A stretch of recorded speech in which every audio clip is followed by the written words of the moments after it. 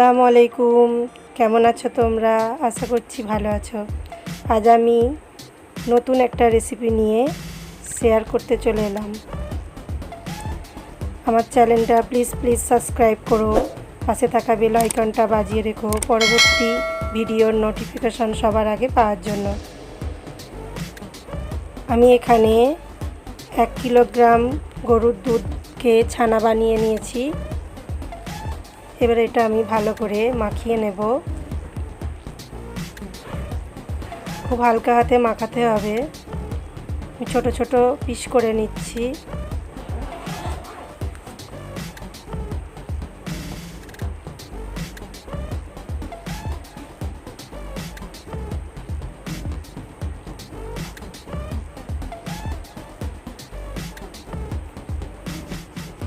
আমি এখানে লম্বা আকার করে নিচ্ছি, তোমরা চাইলে গোল গোল করতে পারো।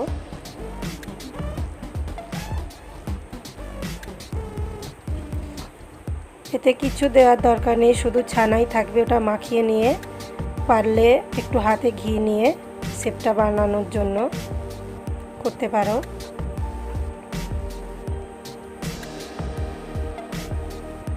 এগুলো এখানে সবগুলো করে নিয়েছি। এখানে একটা হাঁড়িতে 1 কাপ জল দেব, হাফ কাপ চিনি দেব,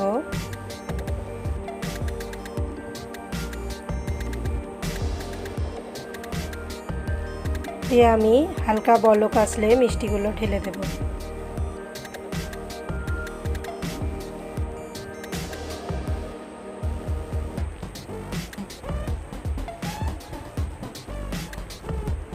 মনে রাখতে হবে মিষ্টির শিরা যাতে না ঘন হয়, তাহলে শিরাগুলো মিষ্টির ভেতরে ঢুকবে না। 5 মিনিট মিডিয়ামে রাখবো, তারপর 20 মিনিট লো ফ্লেমে। এই সময় গ্যাসের ওভেনটা মিডিয়াম রাখবো।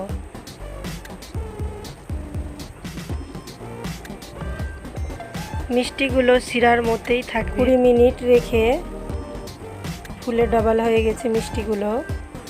এখানে 500 গ্রাম দুধ নিয়েছি, ওটা ফুটিয়ে 250 গ্রামের কম করে নিয়েছি। তো 2 এলাচ দিয়েছি, 1 চামচ চিনি দিয়েছি।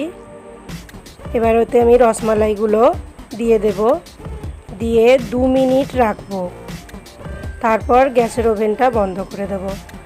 আর এরম 1 ঘন্টা রাখবো দুধের মধ্যেই, তারপর এটা আমার তৈরি হয়ে যাবে।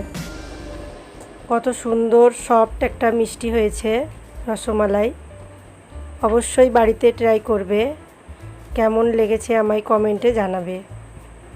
খুব সুন্দর, বাড়িতে তৈরি করা মিষ্টির টেস্টই আলাদা।